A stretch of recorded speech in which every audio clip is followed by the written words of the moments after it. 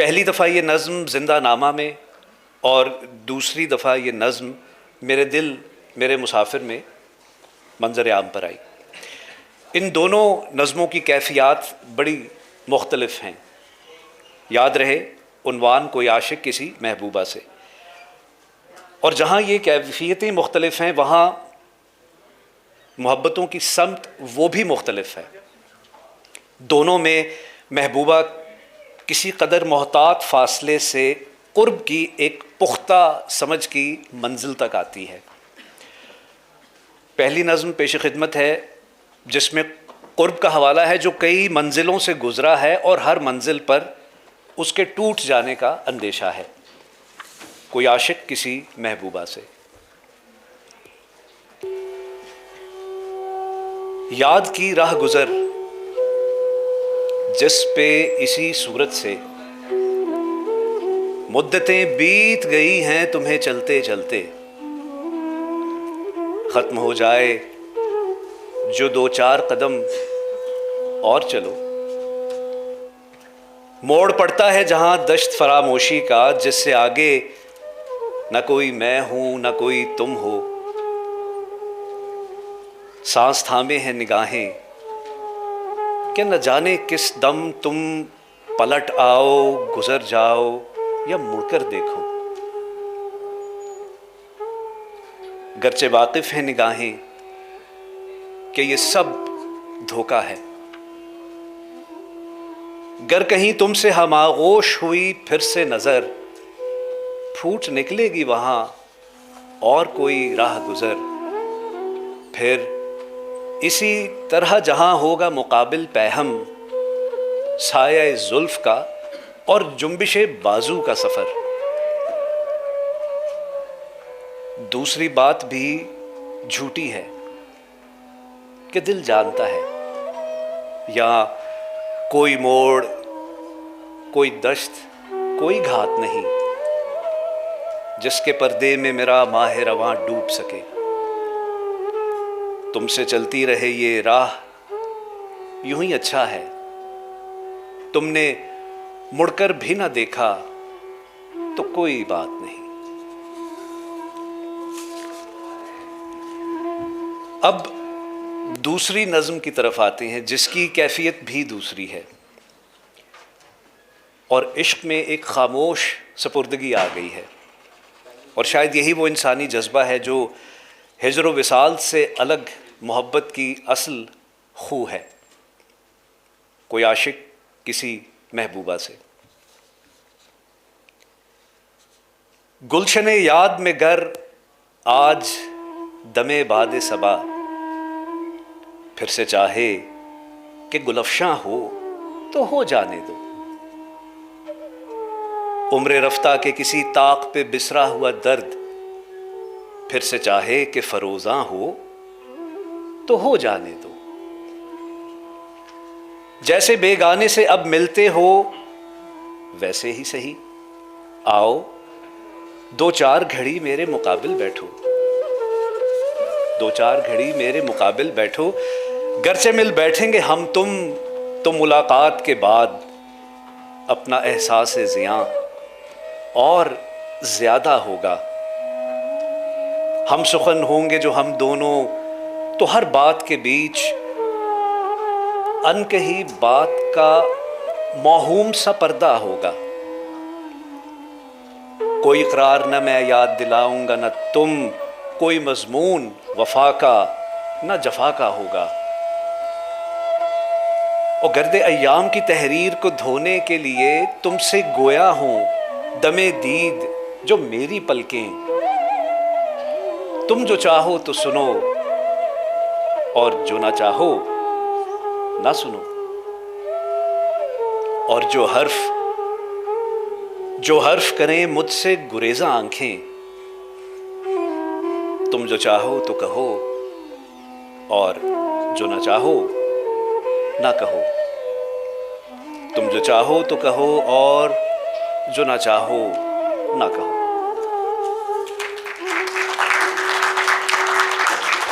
فیض ایسے شاعر تھے جو لکھتے تھے اور جیل میں ڈال دیے جاتے تھے، پھر لکھتے تھے، پھر جیل جاتے تھے، وہ پھر جیل میں ہی لکھتے تھے بلا خوف و خطر۔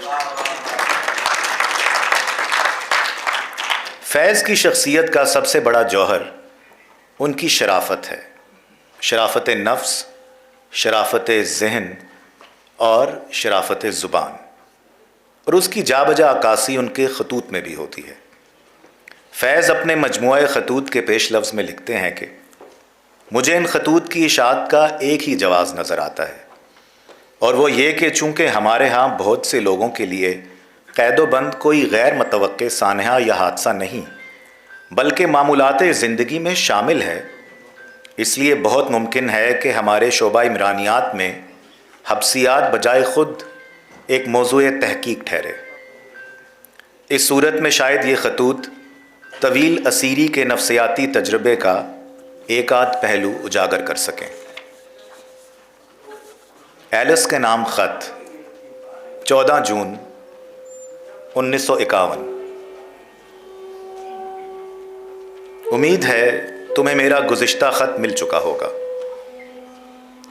ان خطوط کو اتنے ہاتھوں سے گزرنا ہوتا ہے کہ ان کے پہنچنے میں تاخیر یقینی ہے، اس لیے اگر میرے خطوط کی رسید میں لمبا وقفہ آ جائے تو پریشانی کی کوئی بات نہیں۔ تنہائی اور زباں بندی کے عالم میں بہت دن گزارنے کے بعد آدمی اپنے بارے میں بہت زیادہ باتونی ہو جاتا ہے۔ شاید میرا گزشتہ خط بھی ایسا ہی تھا، اس لیے جو خرافات میں لکھ بھیجوں اس پر توجہ صرف کرنے کی ضرورت نہیں۔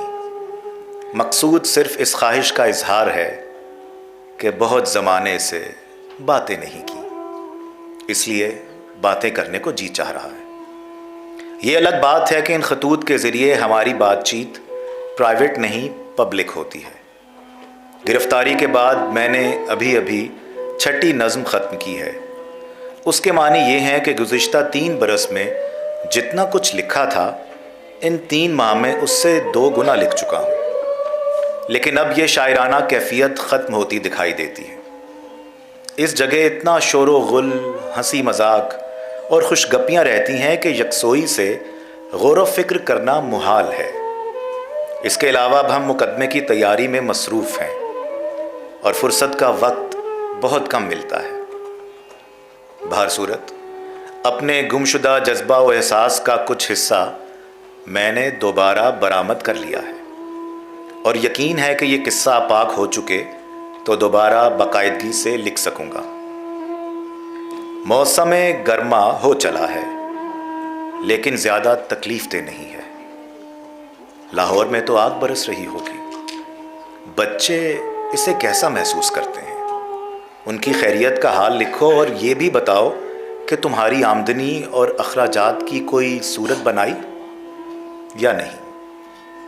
مجھے معلوم ہے تمہارا ہاتھ بہت تنگ ہوگا، لیکن ہم نے اس سے زیادہ تنگ دستی کے دن بھی دیکھے ہیں، اور جیسے وہ گزر گئے یہ بھی بیت جائیں گے۔